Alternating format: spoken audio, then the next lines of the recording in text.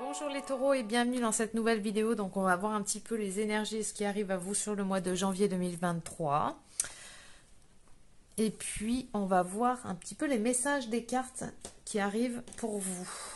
Pour ceux qui sont de passage sur la chaîne, si les tirages vous parlent et vous plaisent, je vous invite à vous abonner et cliquer sur la cloche. Comme ça vous serez au courant de la sortie des prochaines vidéos. Et puis si vous êtes taureau, vous pouvez aussi aller voir votre signe ascendant et votre signe lunaire. Comme ça pourra compléter un petit peu les informations et n'hésitez pas de toute manière à me faire un petit retour en commentaire pour me dire comment ça a résonné en vous. Allez, on y va pour les taureaux.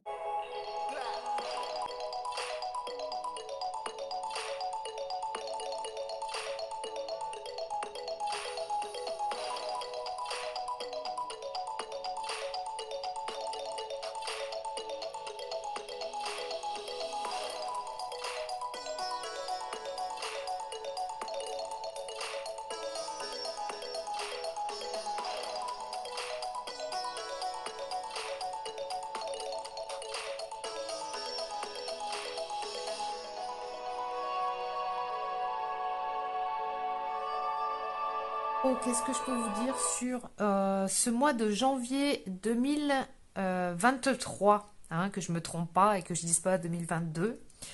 Alors, là,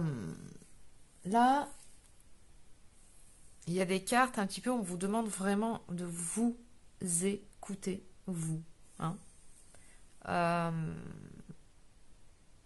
Pour certains, moi j'ai vraiment des problèmes de... Il y a eu peut-être des problèmes de santé, il y a eu peut-être des hospitalisations, pour certains il y a eu peut-être... Alors ça c'est pour vraiment... vous prenez vraiment le recul, ça va être vraiment peut-être ciblé par rapport à une ou deux personnes où il y a eu un accident de voiture qui vous a conduit à l'hôpital cet hiver. Et ça vous a permis, comme on dit, il n'y a pas de hasard dans la vie, ça vous a permis de vous arrêter, de faire un stop et de faire une pause pour retrouver une forme d'équilibre ici. Parce que peut-être qu'on vous a demandé, enfin on vous a demandé, on vous a envoyé plusieurs signes et que vous n'avez pas écouté et que du coup la vie des moments elle nous arrête d'une manière ou d'une autre comme elle peut. Et on a ça en tout cas.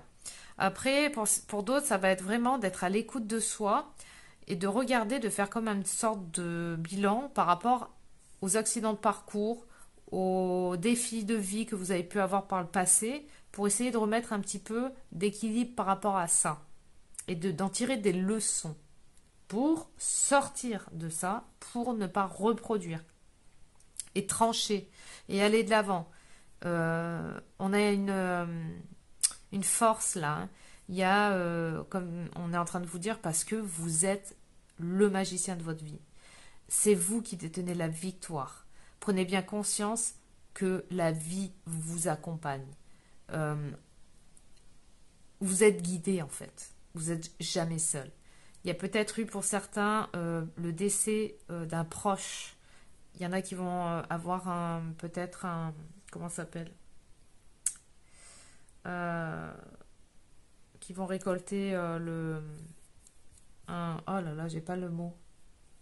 Vous savez, quand un proche meurt et qu'il a laissé un truc là et que vous allez... il y en a qui vont avoir une somme d'argent qui va rentrer en rapport avec ce décès pour certains. En tout cas, on vous dit ici qu'il y en a beaucoup aussi qui sortent d'une dépendance affective, qui décident de se choisir eux-mêmes et d'arrêter de faire les choses que pour faire plaisir aux autres, pour pas s'écouter soi. Il y a un besoin de s'écouter qui est important ici. Un besoin de décision aussi. Il y a eu des choses... là, les premières cartes qui tombent, franchement, c'est pas super positif. Mais on vous dit que ce sont des expériences de vie pour que vous preniez du recul, pour que vous puissiez observer, pour que vous sortiez d'une impasse. C'est comme si vous étiez à un moment donné dans une impasse, dans une forme d'impasse. Et que là, on vous invite justement à prendre conscience de tout le potentiel que vous avez, de le mettre, de vous en servir en fait, de ce potentiel. Euh, on a les dons, les talents, on a la source est en moi et tout ce qui m'empêche d'en prendre conscience ne sont que des illusions. On vous dit là, il y a vraiment un retrait. Je prends conscience de mon temple intérieur. Où il y a un moment de pause ici pour cet hiver. Pour faire le point, pour reprendre un petit peu le calme, pour un petit peu se réunir avec soi-même, pour sortir d'une impasse. Qu'est-ce que j'ai? La renaissance et le renouveau et la communication. La paix, la joie, l'amour. Je décide pour moi, je cesse de me soigner et je décide de guérir. Fin de cycle. Alors il y a un truc qui se termine, mais il y a, comme on dit, de toute façon, quand il y a un truc qui se termine, c'est qu'il y en a un autre qui arrive. Pour certains, il va y avoir aussi une rencontre importante que vous allez faire, qui va vous faire un déclic. Alors je ne sais pas dans quel domaine, bien entendu. C'est pas forcément que sentimental. En tout cas, ça peut être une rencontre avec quelqu'un d'assez important. Qu'est-ce que j'ai encore? Là, on a l'énergie d'Uranus qui nous parle d'oser, de changer, de s'affranchir du passé, de s'éveiller à plus grand, c'est la révolution intérieure ici, où on va vers quelque chose d'autre, quelque chose de nouveau. On ose tomber les barrières, les barricades ici. On a l'énergie de la maison 7 qui parle, nous sommes la relation, les associations, le mariage, les autres, les contrats, la capacité d'engagement. C'est la capacité de vous engager par rapport à vous-même. Et c'est aussi la prise de conscience que tout ce qu'on peut dire, dire, penser ou faire a une répercussion.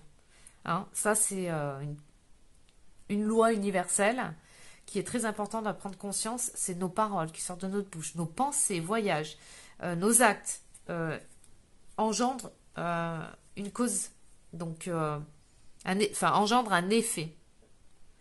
Donc c'est la loi de causalité qui parle de mes pensées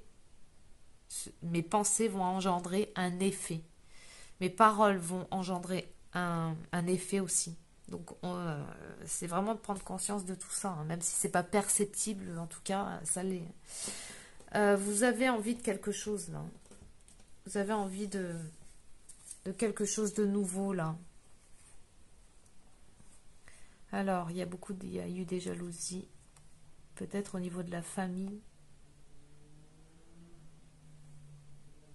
Il y a un besoin, une envie de changer les choses ici. Il y a eu il y a pu avoir des déconvenues avec des personnes proches.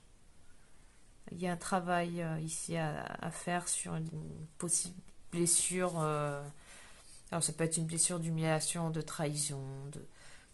Vous voyez vous par rapport à quelle blessure vous parle, qu'est-ce qui résonne là. Mais en tout cas, on peut envier aussi certaines personnes, ou on peut vous jalouser, ou vous jalouser les autres.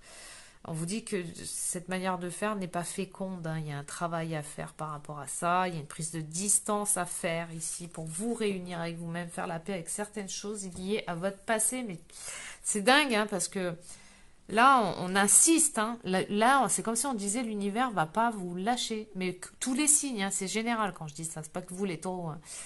On vous dit là, peut-être sur les choses où on a fait des impasses, où on n'a pas voulu voir, où on s'est voilé la face, on vous dit que tant que ça ne sera pas réglé, on va vous le remettre sur le tapis et on ne va pas vous lâcher, parce que là, on parle ici, on a l'énergie de l'as de denier qui parle d'ouvrir le portail, de passer à autre chose, de voir beaucoup plus, d'essayer de maîtriser un petit peu le plan matériel, de ne pas nourrir d'attachement à ça, mais vraiment d'ouvrir une nouvelle porte pour aller vers une forme de sérénité, de tranquillité et d'abondance matérielle.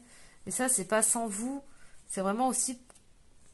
Il est important de faire la paix avec soi. Et donc, la paix avec les autres. C'est là où on vous dit, nous sommes la relation avec la maison 7.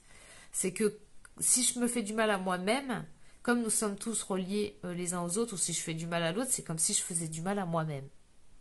C'est là où on parle de cette prise de conscience importante. Nous sommes la relation. Et quand on prend conscience de ça, du coup, on rééquilibre les choses et on prend conscience que nos paroles, nos actes ont effectivement un effet sur l'inconscient collectif aussi, hein. Donc il est important ici de prendre du temps. Là, c'est vraiment une pause. Là, on vous met en pause pour vous amener vers une forme de victoire, une forme de prise de conscience, une forme de nouveauté. Il y aura du mouvement par la suite où on est en train d'essayer de détruire tous les faux programmes, les fausses croyances, les faux conditionnements sur lesquels peut-être vous êtes basé jusqu'à maintenant. Il y a une belle sortie en tout cas, mais ça passe par des instabilités. Il y aura possiblement encore certaines instabilités, mais c'est pour du mieux-être, c'est pour opérer cette renaissance. On va voir un petit peu ce que nous disent les cartes des anges gardiens. Allez, j'en ai deux. On a la détente, vous voyez, hein, quand je vous dis pause, détente. Tu as tout le temps qu'il te faut pour réaliser tes désirs. Place tes mains avec douceur sur ton cœur et autorise ton souffle à te guider vers un espace de paix à l'intérieur. Imagine que tu es baigné dans une lumière dorée qui s'écoule du cœur éternel de Dieu. Moi, ton ange gardien, je suis avec toi, laisse-moi entrer dans ton cœur. Tu vas réaliser beaucoup plus de choses si tu te concentres sur ce qui est le plus important dans ta vie, c'est-à-dire l'amour. Et c'est là, hein, c'est là. Le très beau résumé par rapport à ça, c'est de nourrir toujours des bonnes pensées. Parce que l'énergie, le flux divin, le flux de la vie, le flux de l'abondance, l'énergie, en règle universelle, générale, ce n'est que de l'amour et de l'abondance. Et tout ce qui va à l'encontre de ça ne sont que des programmes. Ça veut dire, fais un bilan et regarde qu'est-ce que tu es en train de nourrir. Si on nourrit de la jalousie, c'est qu'on est en train de nourrir quelque chose qui va à l'encontre de ce flux divin. Ça veut dire qu'on se retourne et on fait bloc. Et on ne peut pas faire bloc avec l'univers longtemps. On ne peut pas se battre contre l'univers, c'est pas possible. On a aussi de prendre conscience par rapport à propos des anges gardiens, à propos des guides. Tu les appelles comme tu as envie, hein. On dit que nous avons tous au moins un ange gardien qui supervise avec amour chaque événement de notre vie. Les anges gardiens sont des messagers de lumière dont la mission divine est de protéger et de guider l'humanité tout au long de son voyage sacré. Leur amour est inconditionnel pour chacun d'entre nous, alors qu'importe ce que vous faites ou ne faites pas, vous êtes toujours digne de leur amour. Et on a la compassion, on te dit très cher, fais preuve de compassion envers toi-même. Abandonne l'autocritique et la peur que tu croyais devoir éprouver pour être digne d'amour. Tu es parfait tel que tu es. La seule chose à changer, ce sont tes pensées négatives. Tu commenceras à réaliser la perle que tu es quand tu t'aimeras et te respecteras tel que tu es. C'est pour ça qu'il n'y a pas de comparaison à faire les uns avec les autres, les uns contre les autres. Non, pas du tout. Voilà, écoutez, j'espère que ça aura pu vous parler les taureaux. En tout cas, moi je vous souhaite un très très bon mois de janvier et puis je vous dis à très bientôt.